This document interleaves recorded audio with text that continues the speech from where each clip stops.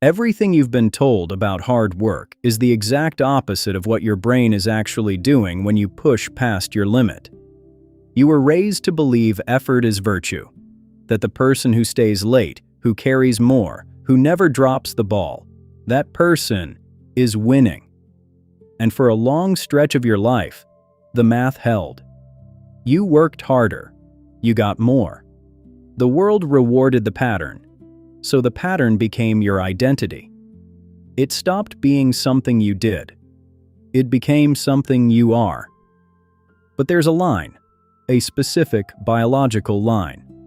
And on the other side of it, the same behavior that built your life starts quietly dismantling it. Same effort, same discipline, same you. Opposite result. Here's what almost nobody tells you. Your brain cannot tell the difference between devotion and self-destruction. To the circuitry running underneath your ambition, "I love this work," and "this work is killing me," produce nearly identical chemistry. That's not a metaphor, that's a wiring problem. And it's the reason the most competent, most idealistic, most reliable people are often the ones who collapse. Not the lazy ones, not the weak ones, the good ones. The ones who'd never quit. Stay with me through this, because I'm going to show you 3 things, and each one will change how you read your own life. First, what is actually happening inside your skull when working hard crosses into something corrosive, the observable phenomenon, the thing your body starts doing without asking your permission? Second, the single most common error nearly everyone makes about exhaustion. The lie that lets a smart person walk straight into collapse while believing they're being strong. And third, the blueprint. The specific reengineering that lets you stay ambitious, stay driven, stay everything you are, without paying for it with the slow erosion of the person underneath. Let me give you the first piece now, so you know this isn't theory. There's a difference between being tired and being depleted, and your nervous system marks that difference with chemistry, not with feelings. Tired is a debt your body knows how to repay. You rest, the system resets, you wake restored. That's normal adult life. Nothing to fear there. But there's a second state most people have never been taught to name. A state where you're still functioning, still showing up, still delivering, still impressive from the outside, but underneath, the repair mechanism has stopped working. You rest and you don't recover. You sleep and wake already empty. And instead of stopping, you reach for something to keep the machine running. The extra coffee. The glass of wine that became every night. The scroll. The shopping. The constant low hum of activity you've started calling drive, but that is, biologically, a sedative. That's the tell, not the workload, the anesthesia. Because here's the truth, your body already knows. When a person starts numbing themselves to keep performing, the performance is no longer coming from strength. It's coming from a system that quietly switched into survival mode. And survival mode has an expiration date. Most people never notice the switch. They feel productive. They feel needed. They feel, in a strange way, more alive than ever, right up until the moment something small, something almost embarrassing, breaks them. A forgotten word. A name that won't come. A morning they can't get out of the car. Ask yourself something honest. When was the last time you rested and actually felt restored, not just paused, not just anesthetized, but genuinely refilled? Hold that question. We'll come back to it, and the answer will mean more than you think. When the breaking moment comes, they'll blame the small thing, the deadline, the one bad week. They'll never see the months that loaded the weight onto their back, one invisible pound at a time. That's where we're going next, into the exact mechanism your brain uses to hide its own collapse from you. Because the cruelest part of this isn't that the system fails. It's that it's engineered to feel fine while it does. It will tell you you're okay. It will tell you you're strong. Right up until it can't. So let's look at what's actually happening. Not the feeling, the mechanism. Because the feeling lies. The mechanism doesn't. When you face a demand, a deadline, a confrontation, a problem that needs solving now, your brain triggers a cascade that's older than language. The amygdala, a small structure deep in your temporal lobe, flags the situation as a threat. It doesn't care whether the threat is a predator or an inbox. To the amygdala, urgency is urgency. And the moment it fires, it sends a signal down through your hypothalamus and into your adrenal glands. The result is a flood of two chemicals you've heard of and never respected: adrenaline and cortisol. Here's the part that matters. This system was built for sprints, a burst of threat, a burst of response, then a return to baseline. The lion appears, you run, the lion is gone, your body stands down. Adrenaline clears in minutes, cortisol in hours. The whole architecture assumes the threat ends. But your threats don't end. The deadline is replaced by another deadline. The inbox refills as fast as you empty it. The pressure that was supposed to be a sprint became the air you breathe. And so the system that was designed to fire and reset starts firing and never resetting. Cortisol stops being a spike and becomes a climate. Have you ever noticed you can't fall asleep even though you're exhausted? That's not a personality flaw. That's cortisol. It's supposed to be low at night and high in the morning to wake you. Under chronic load, that curve flattens and inverts. You're wired when you should be winding down, and flat when you should be sharp. Your own chemistry, running backwards. And cortisol doesn't just affect sleep. It's a master hormone. It reaches almost everywhere. It suppresses your immune response, which is why people under prolonged stress catch everything going around. It disrupts digestion because in a real emergency, your body shuts down the gut to fuel the muscles. Except the emergency never ends, so the gut never comes back online. It interferes with reproductive and hormonal balance. It raises blood pressure. It changes how you store fat. Now watch how this maps onto a real body. One person under chronic load starts with the stomach, reflux, cramping, a gut that won't settle. Another gets the skin, eczema, hives, something that won't clear. Another grinds their teeth to powder in their sleep. Another loses hair, or their cycle goes erratic, or their blood pressure climbs with no family history to explain it. Different doors, same intruder. The stress doesn't announce itself as stress. It speaks through whatever organ is most vulnerable in that particular body.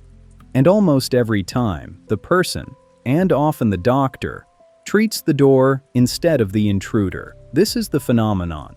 The body starts sending invoices before the mind admits it's spending. Pain becomes a message. Not a malfunction, a message. A recurring headache, a clenched jaw, a stomach that turns before a meeting that hasn't even started. These aren't random. They are the observable output of a threat system that has been left switched on for months, sometimes years. And here's the cruelty of it. The smarter and more committed you are, the better you get at overriding these signals. You take the antacid and keep going. You blame the coffee, the gluten, the weather, the season of life. You make a joke out of the symptom. And a joke is just a way of refusing to listen. Every override teaches your brain the same lesson. The signal can be ignored. So the body turns up the volume. Louder symptom. Bigger override. Louder still. Stop for a second and ask yourself, what is your body already doing that you've been explaining away? Because there's a question underneath all of this that we haven't touched yet. If the chemistry is just adrenaline and cortisol, If it's the same threat response a deer has, then why does it feel so good? Why do the people deepest in this pattern often report feeling the most alive, the most driven, the most themselves? That's not a contradiction. That's the trap. And the answer lives one layer deeper in the chemistry of reward, where your brain stops protecting you and starts rewarding the very thing that's burning you down. That's the mechanism. And it's where we go next. So why does it feel good? Why do the people closest to collapse so often describe feeling the most alive? To answer that, we have to go one layer below cortisol, into the chemistry of reward. Because this is where your brain stops protecting you and starts betraying you, and it does it while smiling. Meet dopamine. Most people think dopamine is the pleasure chemical. It isn't. Dopamine is the pursuit chemical. It doesn't fire when you get the reward. It fires when you're chasing it. It's the molecule of almost, of one more, of so close.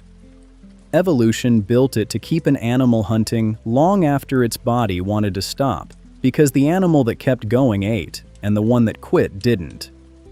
Dopamine is not the feeling of arrival. It's the engine of the chase. Now think about what high-performing work does. It's an endless slot machine of near rewards.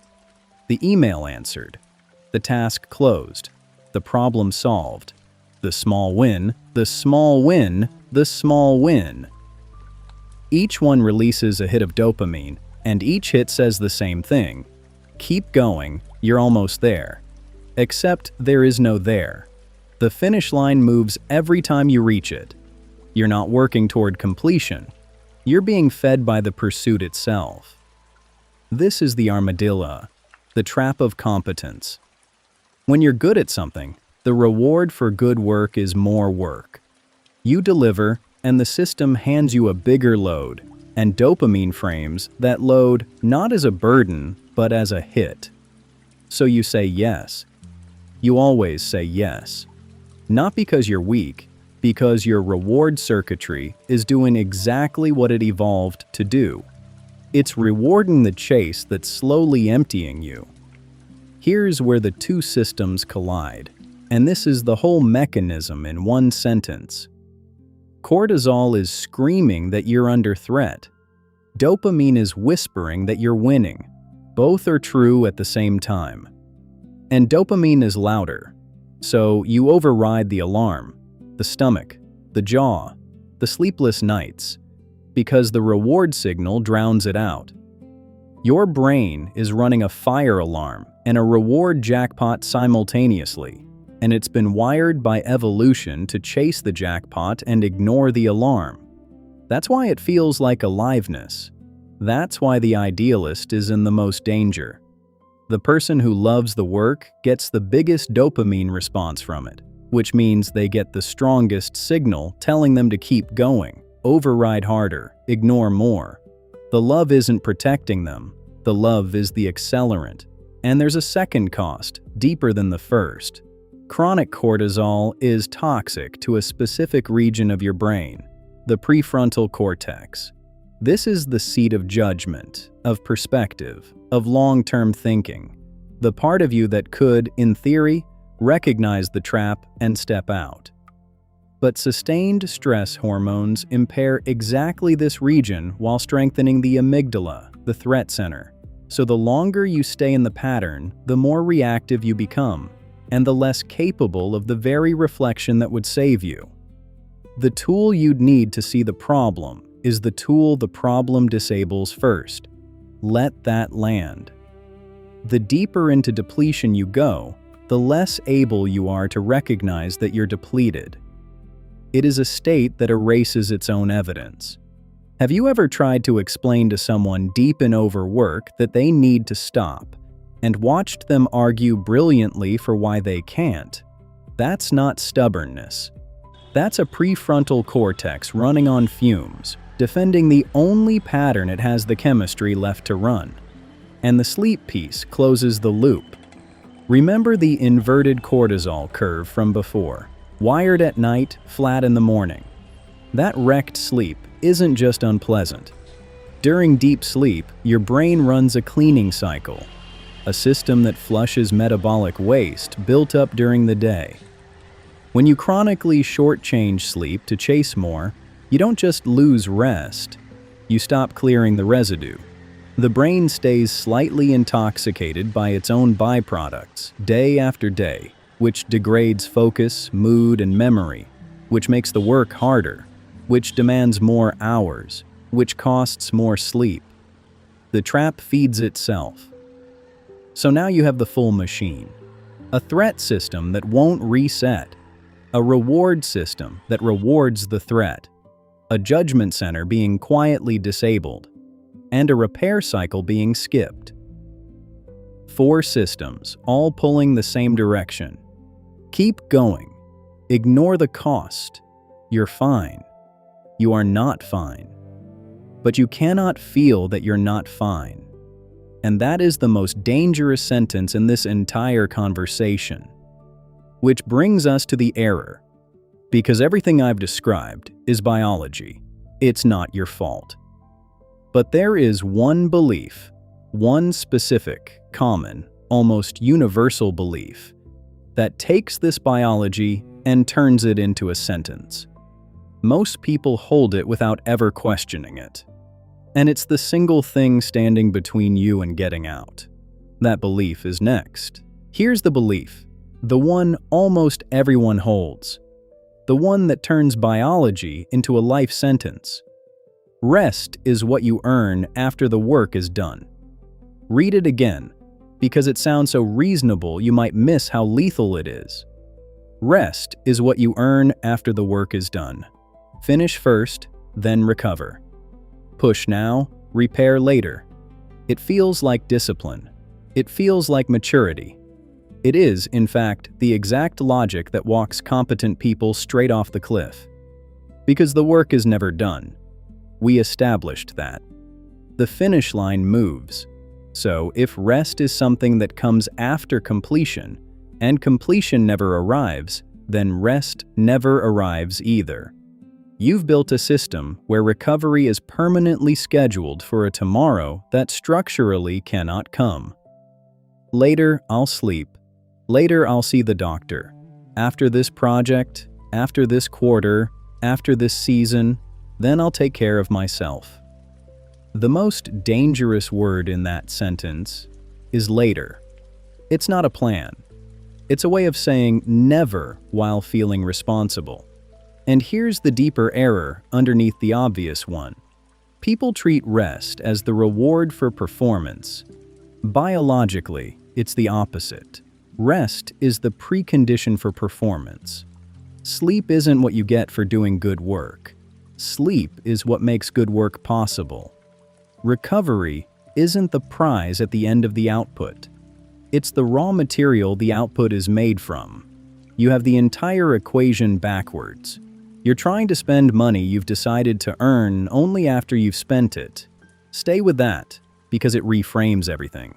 When you skip recovery to produce more, you're not being more productive. You're producing on credit, borrowing capacity from a future self at an interest rate your body sets. And the body's interest rate is brutal. Every night of stolen sleep, every weekend sacrificed, every signal overridden, it all goes on the card. And the card always comes due. Not when it's convenient, when the balance is reached. There's a second error stacked on top, and it's quieter. We've been taught to read the warning signs as weakness instead of information. The fatigue, the irritability, the dread on a Sunday night, we interpret these as personal failures to overcome. I should be tougher. Other people handle this.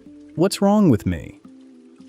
So, instead of treating the signal as data, you treat it as a character flaw. And the response to a character flaw is to push harder, hide it better, override more. You take the symptom that was trying to save you and you punish yourself for having it. This is the comparison trap, and it's everywhere. If she can handle it, I should be able to. But you can't see her chemistry. You can't see what she's medicating. what she's hiding, what's quietly breaking in her that hasn't surfaced yet. You're comparing your inside to her outside and concluding that you're the weak one. Everyone in the room is doing this. Everyone is performing fine while privately wondering why it costs them so much. The whole culture is a room full of people each convinced they're the only one struggling to carry a weight that's crushing everyone. Ask yourself honestly, how many of your own warning signs have you reclassified as personal failures? How many times has your body raised its hand and you've told it to sit down? And notice what the belief protects. As long as rest is something you earn, then resting before you've earned it feels like cheating. So the better and more conscientious you are, the guiltier rest makes you feel, which means the people who most need to stop are precisely the ones most forbidden by their own values from stopping. The virtue becomes the cage. Your integrity gets turned against you. The very thing that makes you good at your work is the thing that won't let you survive it. This is the error in full. Rest as reward instead of fuel. Warning signs as weakness instead of data. Other people's surfaces as proof of your own inadequacy. 3 beliefs, woven together, and every one of them feels like responsibility while functioning as a slow-motion trap. And the thing about this trap is that it's invisible from the inside. You can hold all 3 beliefs, live by them for years, and never once question them because they're dressed as your best qualities. Discipline, humility, drive. So let me stop arguing and show you. Let me show you what it actually looks like when a real person, someone exactly like you, someone good, someone you'd admire, lives inside this error all the way to the moment it stops being invisible. That story is next. There's a 44-year-old hospital administrator in Columbus. I'll keep her anonymous because the point of this isn't her. The point is how ordinary her story is. She came up the hard way. First in her family to finish college, the kind of person who learned early that her value was measured in usefulness, that love and approval were things you earned by being needed. She carried that lesson into every room she ever entered. And she was extraordinary at it. By 40, she was running operations for an entire department. The person everyone called when something broke. The one who answered at midnight. The one who never, ever dropped the ball. She loved it. That's the part people miss. This wasn't a woman trapped in a job she hated, dragging herself through the days. She believed in the work. She thought of it as a calling. When her team hit a wall, she didn't delegate, she absorbed. When someone needed to stay late, it was her. When a problem had no owner, it became hers. She wasn't being exploited, not in any way she could see. She was volunteering every single day for more weight, because more weight meant more proof that she mattered. The first signs came quietly, the way they always do. Her stomach started turning on her. Mornings of nausea she blamed on coffee. She started grinding her teeth at night. The dentist mentioned it. She laughed it off. Her hair was coming out more than it should. She'd catch every cold that moved through the building and shake none of them fully. She made jokes about all of it. Falling apart, she'd say, smiling. Reaching for the antacid, already turning back to the screen. The jokes were how she avoided hearing what the symptoms were saying. She wasn't sleeping. Not really. She'd lie down exhausted, and her mind would spin, wired, alert, scanning for the next problem. So she started having a glass of wine to come down. Then 2. Then it was every night. A small mercy she told herself she'd earned. On the other end, mornings, she leaned harder on caffeine, just to reach the version of herself everyone expected. Wine to stop, coffee to start. A body being driven by chemistry it no longer produced on its own. Here's what she'd tell you, if you'd asked her then. She was fine. Tired, sure, Stretched, sure, but fine. Capable, on top of it. And from the outside, that was the terrible part. Her performance never visibly slipped. She was still the one who delivered. The collapse was happening entirely underneath a surface that looked like success. The people around her saw a star. Promotions came. With each one, the same quiet sentence. You handled that so well. Here's more. The reward for carrying the weight was a heavier weight, and she took it every time. Reading the load as recognition. Reading recognition as love. Reading love as the thing she'd been chasing since she was a kid, trying to be useful enough to be wanted. She had a daughter, 8 years old. And somewhere in that stretch, she realized she couldn't remember the last unhurried hour they'd spent together.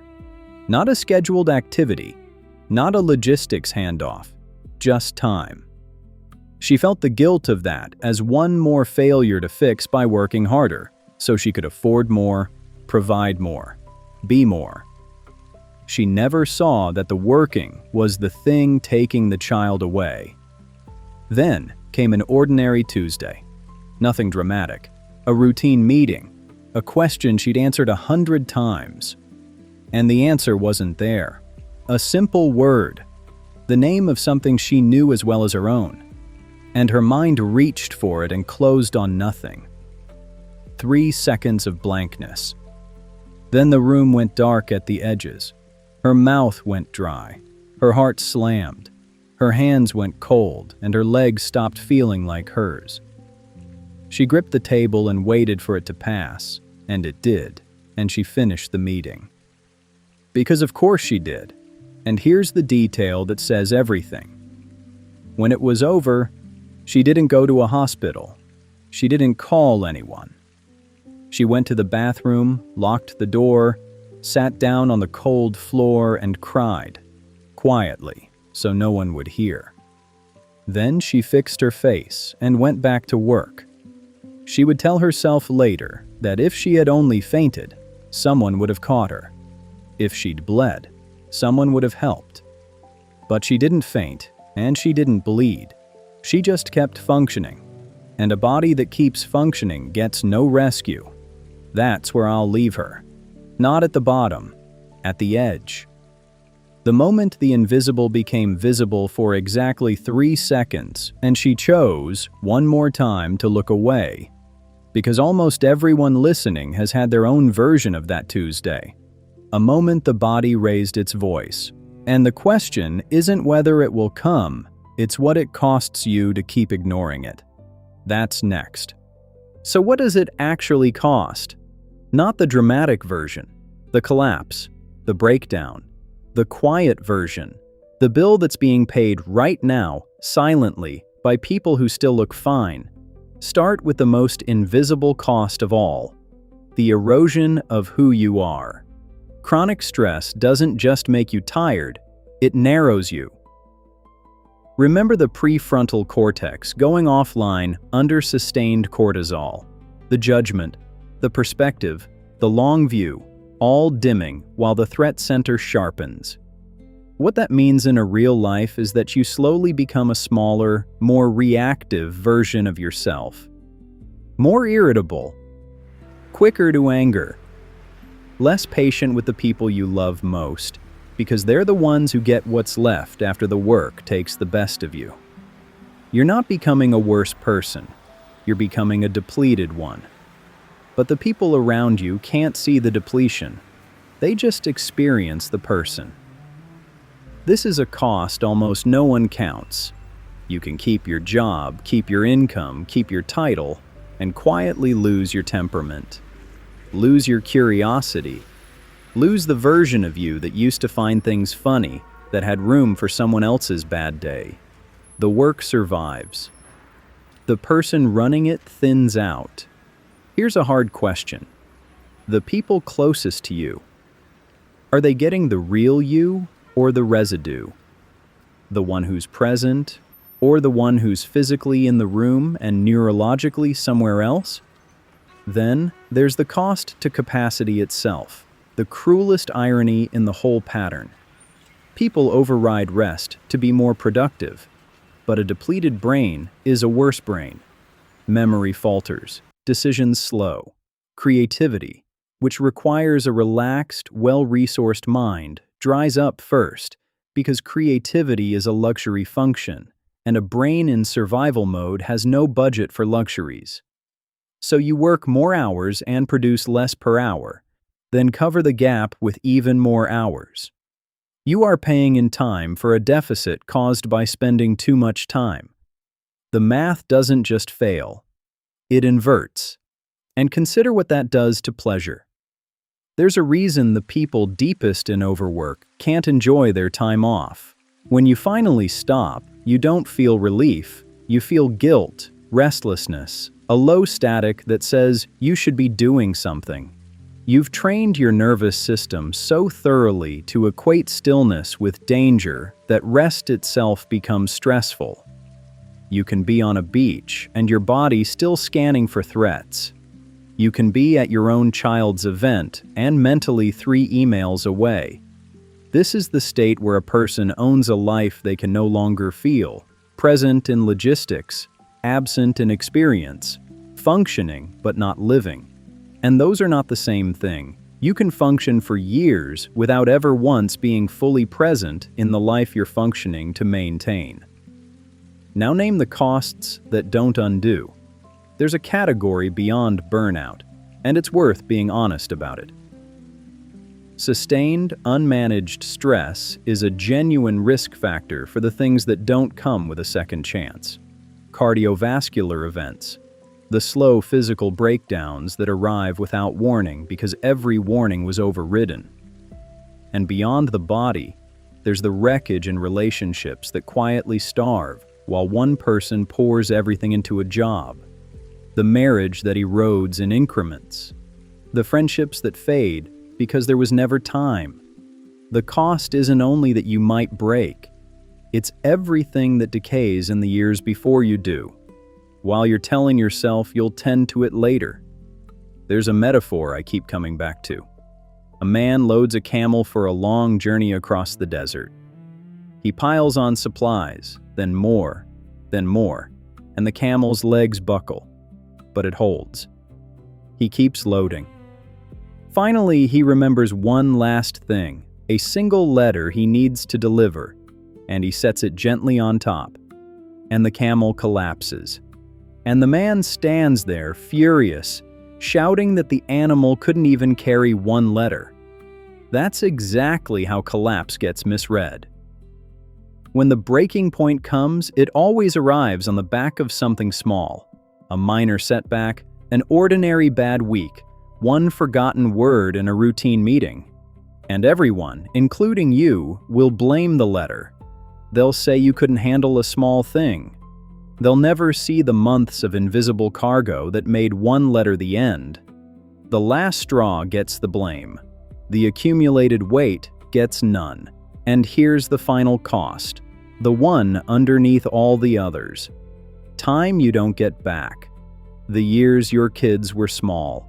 The decade your body was strong. The window when the relationship could still have been repaired. These aren't deferred.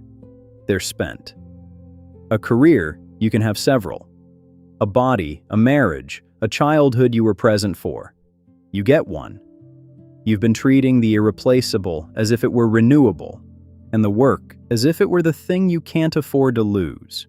So let's stop counting losses, because everything I've described has a counter move. Not quitting, not escaping, a reengineering. And that's where we go now, into the blueprint that lets you stay everything you are without paying this bill. So here's the reengineering, not work less. That's advice, not a blueprint, and it ignores everything we've established about why you can't. The fix has to work with the biology, not against your nature. 4 moves. The first is the hardest because it's the most counterintuitive. You have to reclassify rest, not as reward, as infrastructure.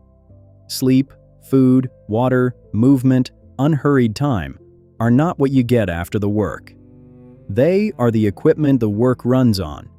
The same way a surgeon's sterile field isn't a luxury added to surgery, it's a precondition of surgery happening at all.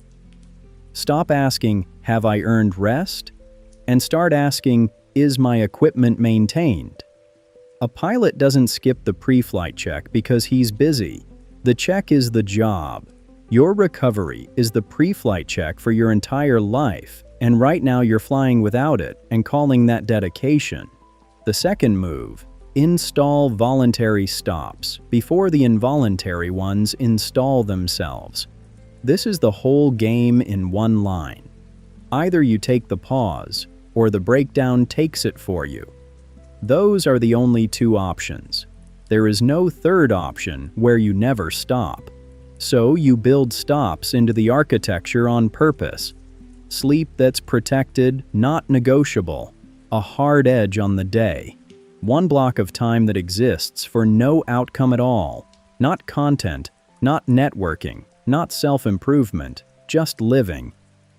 If an activity has a deliverable attached, it isn't rest.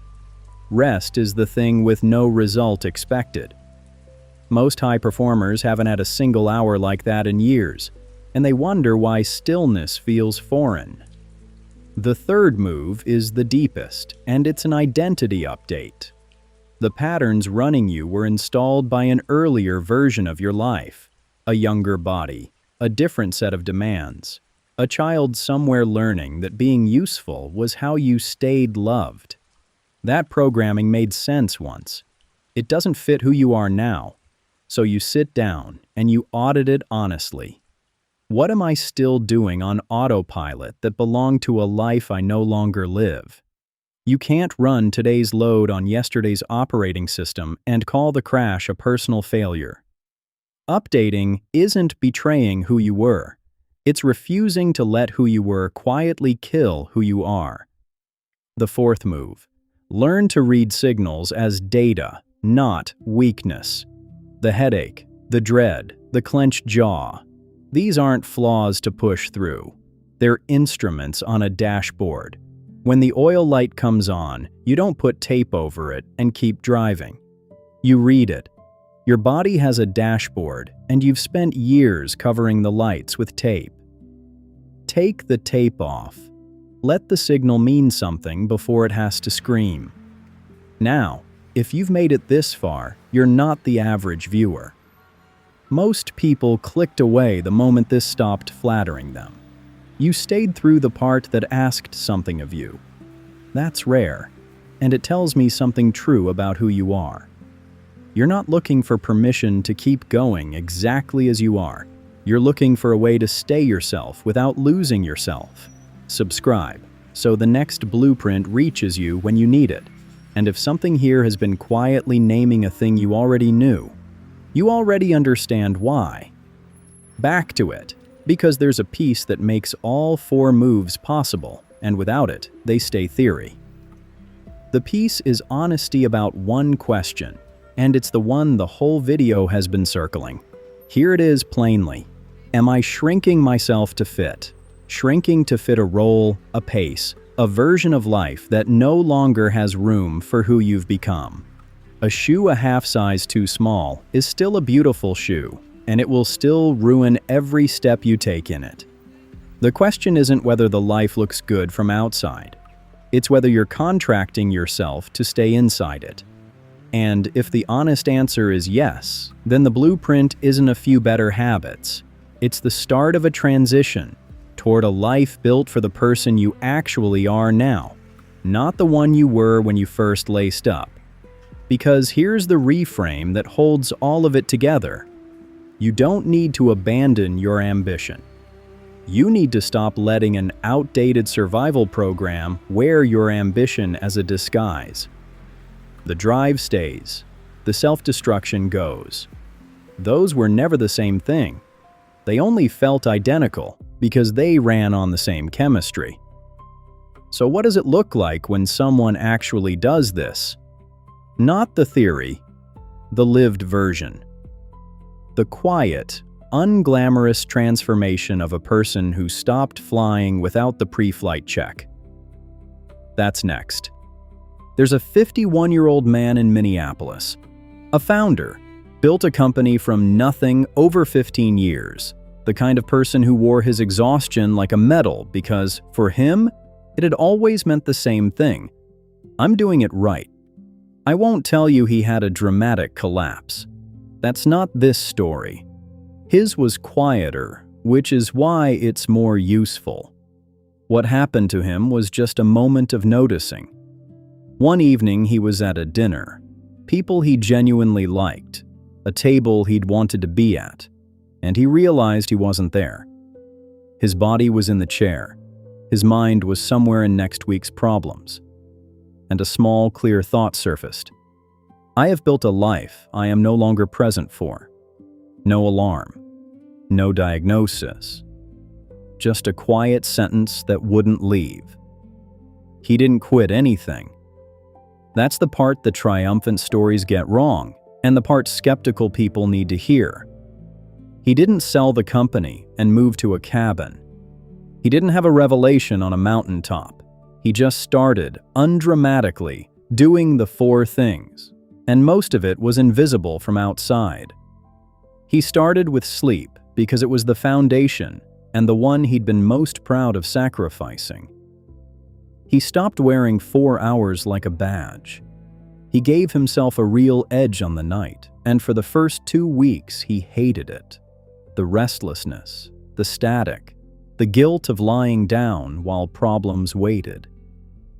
That guilt, he'd later understand, was the withdrawal of a nervous system that had been running on threat chemistry so long that calm registered as danger. He sat through it. It passed. And somewhere in the 3rd week, he woke up and felt, for the first time in years, something he'd forgotten was possible.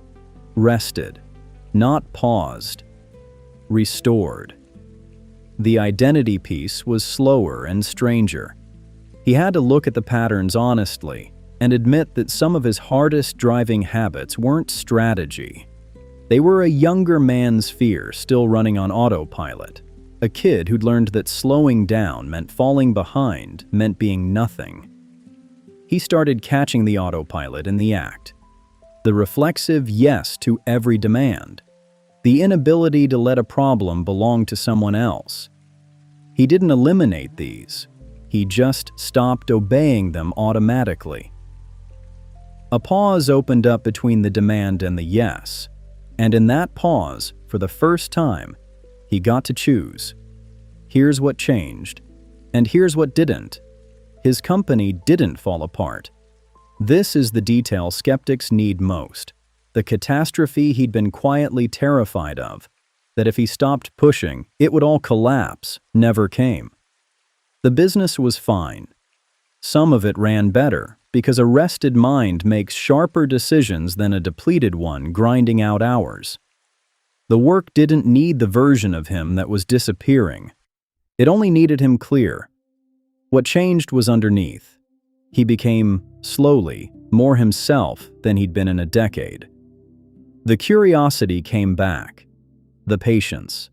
The capacity to be in a room and actually be in it. His relationships didn't transform overnight, but they stopped starving.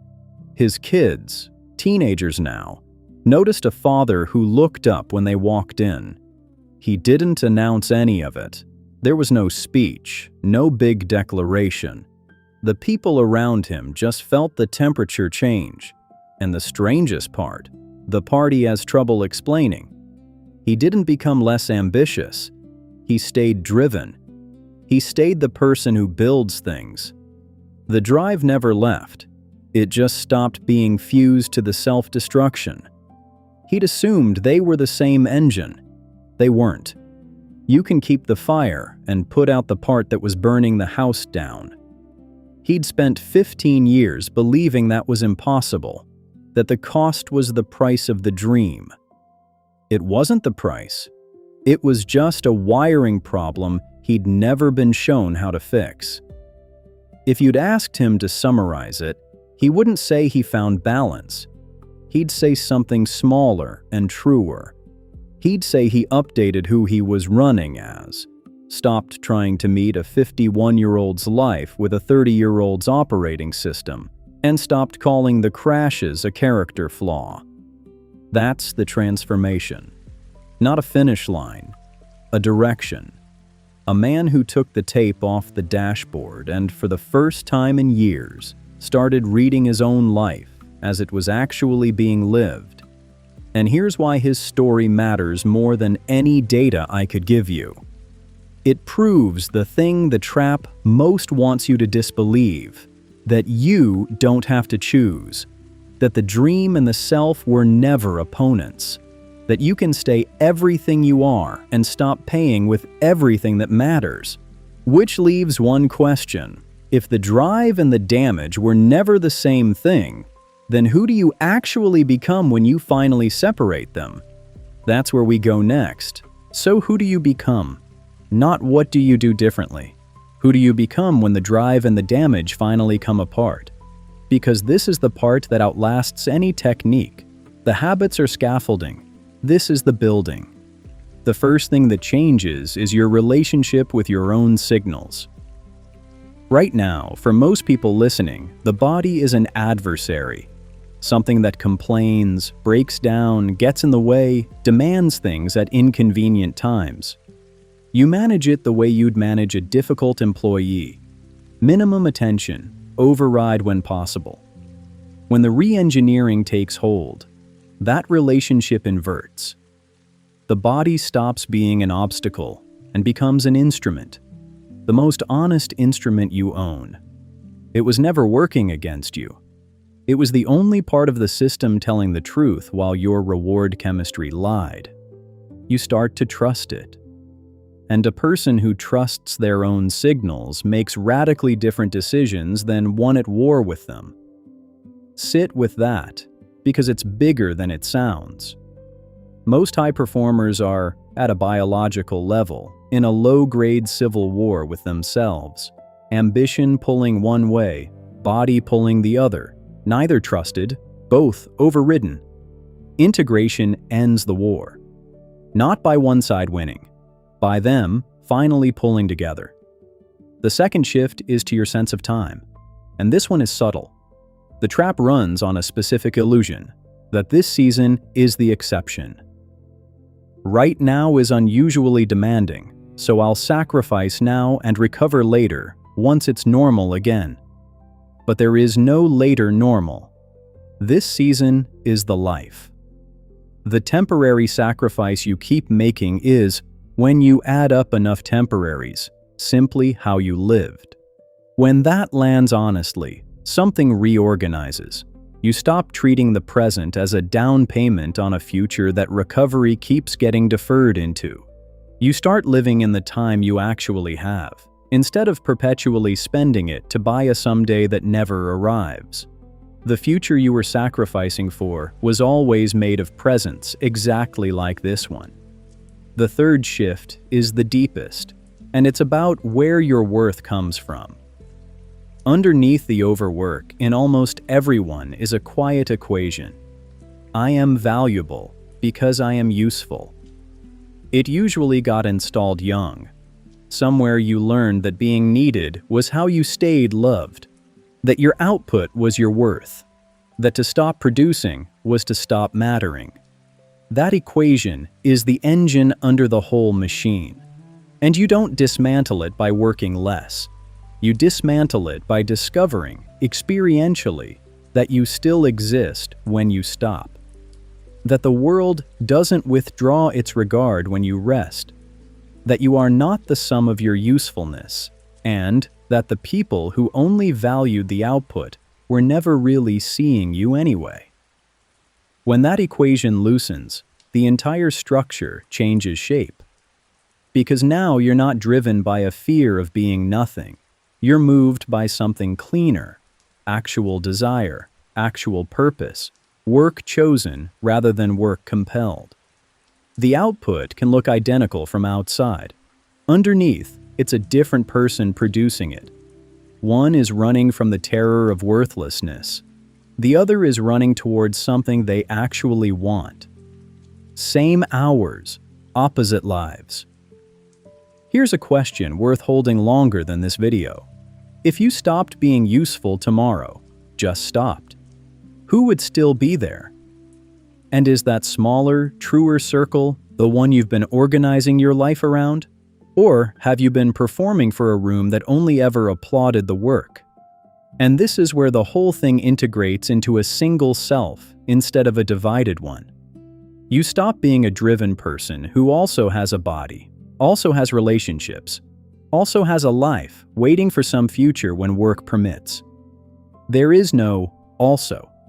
There's one life, one person, one finite stretch of time, and the work is a part of it. An important part, maybe a beloved part, but a part, not the whole. The moment that stops being a concept and becomes something you actually feel, the overwork loses its grip. Not because you forced it to, because the fear that powered it dissolved. That's the real transformation. Not a calmer schedule. A person who no longer has to earn their own existence. Who works hard because they choose to, rests fully because they understand it's not optional, and reads their own life as it happens instead of postponing it into a someday that was never coming. Which brings us all the way back to where we started, to a belief about virtue, about hard work, about what your effort was supposed to mean. And it turns out the whole conversation was about one quiet correction hiding underneath everything. That's the last thing.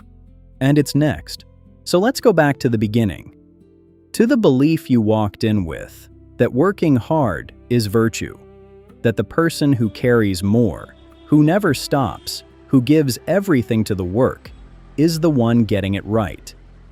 Here's what this whole conversation was quietly correcting. Hard work was never the virtue. Hard work is just energy, and energy is neutral. It builds a life or it dismantles one depending on a single thing, whether the person doing it is still there underneath. Effort poured from a full self creates. The identical effort poured from a depleting self destroys, and wears the mask of virtue the entire way down. The work didn't change. The cost did. And you couldn't see the cost, because the same chemistry that was burning you was telling you it felt like being alive. That's the thing about this trap. It doesn't feel like a trap. It feels like dedication. It feels like love. It feels like being the kind of person who shows up and carries the weight. And that self-image is exactly what keeps the weight on your back long after it stopped building anything and started taking it apart. The most dangerous version of self-destruction is the one that looks identical to your best quality. So the question was never, should I work hard? You will. It's who you are. The question is the one we've circled the whole way through. Is the person doing the work still in there? Are you building from a full self, or borrowing from a future self at an interest rate your body has already started collecting? Are you present in the life you're working to protect, or just functioning inside it while the years you can't get back quietly spend themselves? You already know the answer. You've known it longer than this video. Your body has been telling you in a language you trained yourself to ignore. The headache that means something. The dread on Sunday night. The rest that doesn't restore. The moment you couldn't be fully present at the table you'd worked so hard to earn a seat at. None of that was weakness. All of it was information. A message from the only part of you still telling the truth. So here's what I'm going to ask of you, and it's two things. First, send this to 5 people. Not as a forward, as a flare. You know exactly who they are. The friend wearing their exhaustion like a medal. The one medicating to keep performing and calling it drive. The person you love who's loading one more letter onto a camel that's already buckling. They won't hear it from someone who loves them. Sometimes the message only lands when the messenger is a stranger. Be the stranger. Send it. Second, leave a comment. Not a compliment, an honest one. Tell me where this found you. Which line made you put the phone down for a second? And tell me what you want the next blueprint to be about. Because the next one finds you based on what you ask for. I'll leave you with the correction that this whole thing was really about. You were taught that working yourself to nothing was the price of a life worth having. It was never the price. It was just the part nobody taught you how to stop paying.